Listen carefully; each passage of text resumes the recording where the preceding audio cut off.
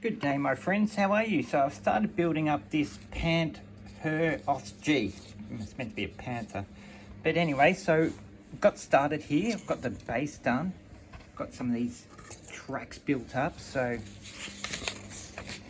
I've done this step here, this step here.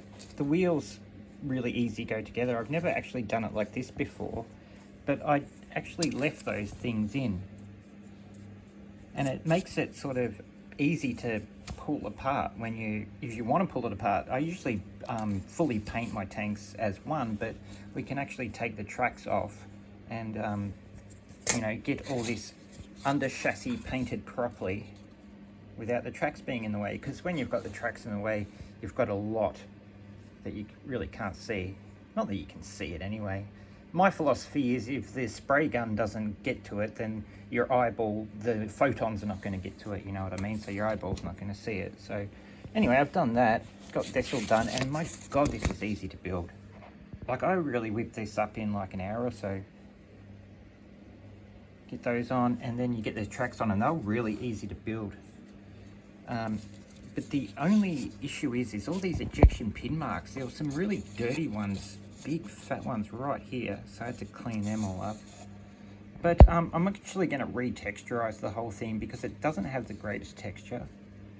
So I'm using just Tamiya putty, and you just get some of your your glue mix, and you just get one of these paint brushes and you dab it in there and you just sort of smash it up. You smash up and you get a better sort of texture, and then you can apply some of the Tamiya putty over the top and sort of sand it back a bit to your liking. But what we're going to need to do if we do this is we're going to need to re-dig out the welding marks here. So what I've done is I've used a 0.6mm chisel, and I've re-chiseled out those parts after I texturized it. See there? And then once we get it all together, then I'll just put some epoxy in there, and with a hobby knife I'll just sort of recreate the welding effect. And that's the plan. So far so good. So I've built the base up. So now we get on to this part here. So we'll build up the body. But first of all, I'm just going to texturize it before we start putting on any parts. And I'll texturize around the back and the sides here. It doesn't have the back on, so we'll have to do the back plate. But I'll show you as we go. We'll build it up as we do it. Let's get this thing done. Okay, my friends, so I've got through most of this now. All this here. I didn't build these because I'm not going to install night vision because I think it's going to be for the Ardennes. And I've gone through that, and I've gone through most of this. So most of this is on now. And it's all together, and my lord, this was really difficult to put together. Like, you had to put a lot of force into getting it all to fit. These bottom parts that are part of the chassis here, so these parts here just wanted to come down. So they had to be forced up with glue. That took a while. You probably can see there's a scratch mark there from my tweezers trying to hold it all together. And of course it needed a little bit of super glue to tack it all down, but it got on. And this was really hard to put on as well, the rear plate. You had to get this in and then come in from the top here and push the bottom back into place, because this, when you were installing it, this naturally wanted to go into the model. But the only really gap I've got is right at the front here, and you can barely see it, but I've already dug out the weld marks, and I did that with this 0.6mm chisel. You can get them from hobby stores. They're really handy. So I've done that on the side here and that, and I've got it all together. And what I'll do now is I'll get some Milliput, which is an epoxy putty, and I'll fill that up with the epoxy putty, and we'll recreate the weld texture. And I'll use a hobby knife this hobby knife here, sort of just to dig out the weld pattern. And I fixed up the weld patterns around there just with the hobby knife. I probably need to fix up the weld pattern just along there a little bit and down here, and then we should be all good. But it's all texturized, so we've got much better texture now on the body, and I've used Tabby's putty to do that. And once I installed it, you just give it a really light sand and it comes up pretty good. These side parts were really difficult to install. The actual side thing here is very thick, and these things just want to fall off all the time. And you've got to get them right in place because they're going to hold your you know, your side panels as well. I don't think I'll be putting those side panels on, but if you want to put the side panels on, you probably want to do them straight. And then we've got the little parts here. I didn't install the plastic handles, I just made some brass ones instead. Made them a little bit uneven and all that kind of stuff, because that's how they seem to be. You know, you kind of think that German tanks were all really perfectly built and all this kind of stuff, but often things were just not so much. Accessories weren't put on right, straps weren't installed straight, all that kind of stuff. So that's another thing you can consider. And you don't get any options with your exhaust, you just get this. You can put install another part on top, but I'm not going to do that. This was in one piece, so very basic. It was very basic installation of all the parts. It was just very tight to fit together. So now what I'm going to do is I'm going to start to install the photo etch along the rear plate here. We'll start to do that, and then we can start to install all our side parts, accessories, spare tracks, all that kind of stuff. So let's get that done, and then we can move to the turret. These are really easy to place on, so I just cut them out, give them a bit of a file with this Tamiya diamond file. I put them on, and then I get a little bit of super glue and I dab a little bit on the ground, and then I place them in place, and then I get this, I dab it on, a little bit of super glue, and run it along the edges, and they stick in perfectly. So I'm going to continue doing that, and let's see how we go. I'll show you after it's finished. The photo etch has been installed and everything fits really well. Bloody good fit for the photo etch. As you can see there, that it all fits in nice.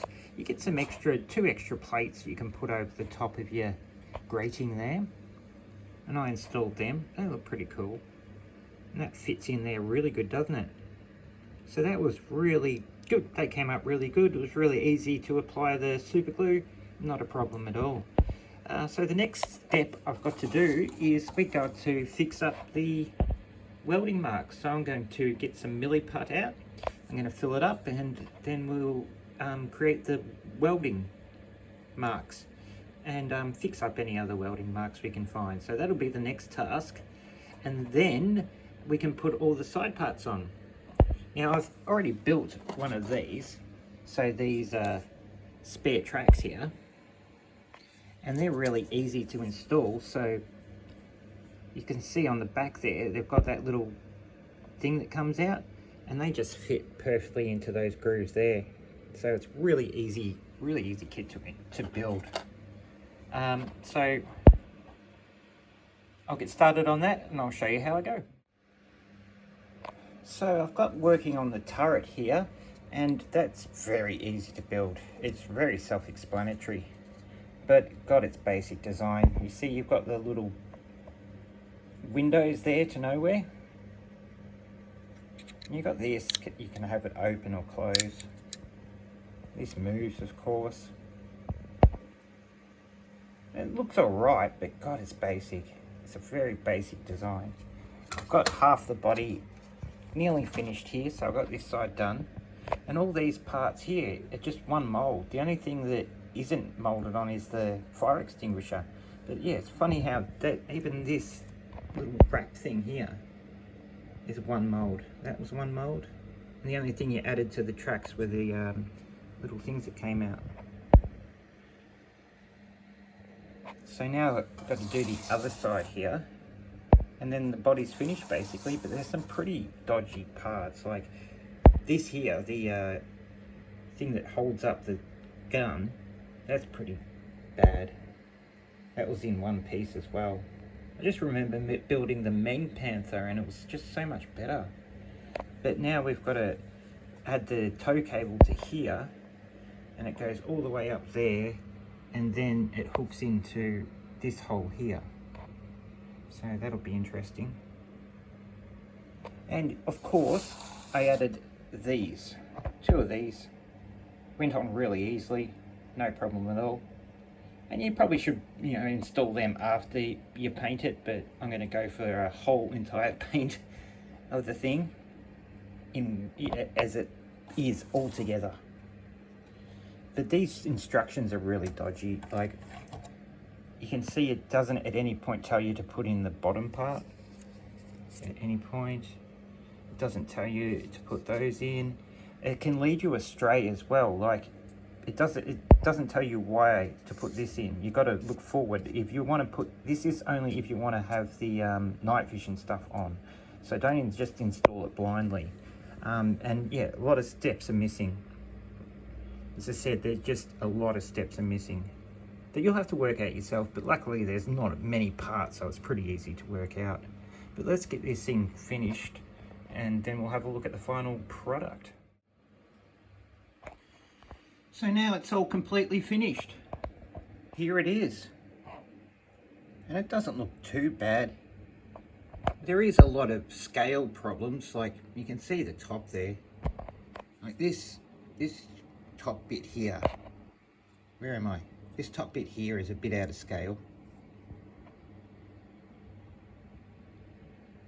And it's lacking a bit of detail, especially on the side of the turret here. But these are all the little accessories. And you got your tow rope that goes around.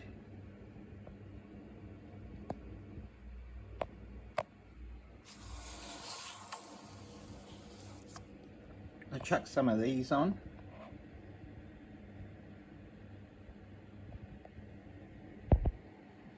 You get this little light that they put on this turret here.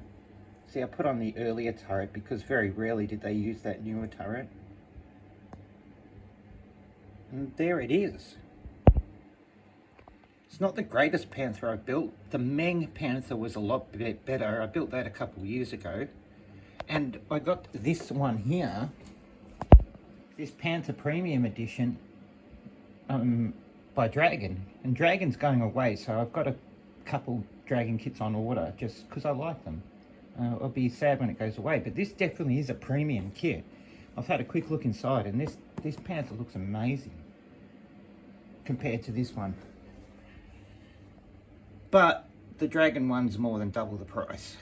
This is very cheap, and it'll do the job. Once it's painted up, it'll do the job. Chuck some figures on it, it'll look okay. Alright, well the next step is to paint it, but that'll be for another video. I hope you enjoyed this video. The instructions are dodgy, but there's not many parts, so you can really easily work it out. Yeah, it's a pretty decent kit for, $40. I think they're selling them for now $35. They're even getting cheaper. So if you like it, get it. If not, get something more expensive. Have a good day.